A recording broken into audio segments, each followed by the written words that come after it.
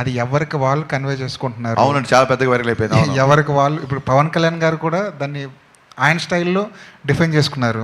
అసలు మా ఓడిదే ఇచ్చి పడేసే గోత్రం ఎరగదీసే నక్షత్రం, మా ఓడి ఊరుకోడు, వాడు ఎరగదీస్తాడు ఇచ్చి పడేస్తాడని చెప్పి మీకే ఏదైతే డైలాగ్ ఉందో అది మీకు డెడికేట్ చేశారు. అవునండి. ఇక్కడ ఉన్న ఈ ముగ్గురికి ఈ నక్షత్రాలు ఆ డైలాగ్ని డిఫైన్ చేస్తే ఎవరెవరికి ఎలాంటి డైలాగ్ రాస్తారు సార్ ఈ ముగ్గురికి?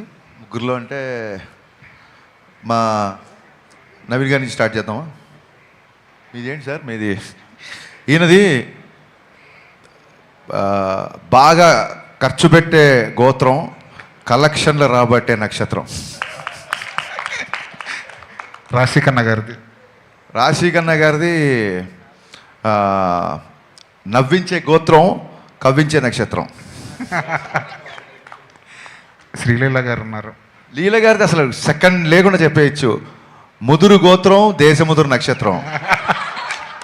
అది ఎందుకో కొంచెం డిఫైన్ చేస్తారు. అది ముదురు, దేశముదురు అన్నది. She's very matured, she's very street స్మార్ట్ని తెలుగులో ఏమంటారు? ఎవరైనా చేయండి పోనీ చెప్పండి నాకు. స్ట్రీట్ స్మార్ట్ అనే దాన్ని తెలుగులో ఏమంటారు? లౌక్యం అనాలా, ముదురు అనాలా?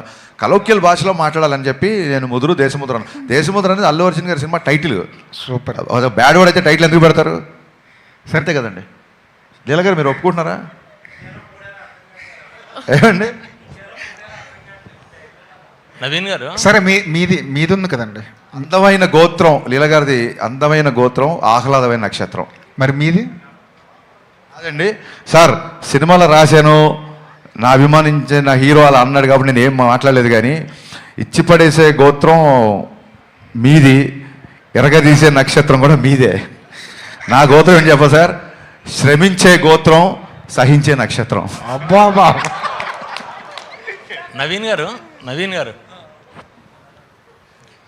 ఒకళ్ళని అడిగిన తర్వాత కంటిన్యూగా నాకే కాకుండా 1 by 1, ఎందుకంటే మిగతా వాళ్ళు అందరూ ఐడియల్గా ఉంటారు కదా. ఇలా నవీన్ గారి తర్వాత మిగతా వాళ్ళు. నవీన్ గారు, టికెట్ల విషయంలో మీరు సుప్రీంకోర్టు దాకా వెళ్ళారు. టికెట్స్ మీరు అడగలేదా, లేదంటే ఈ సినిమాకి ఇది ఒక రూట్ మ్యాప్ కోసమని వదిలేశారా? అంటే టైం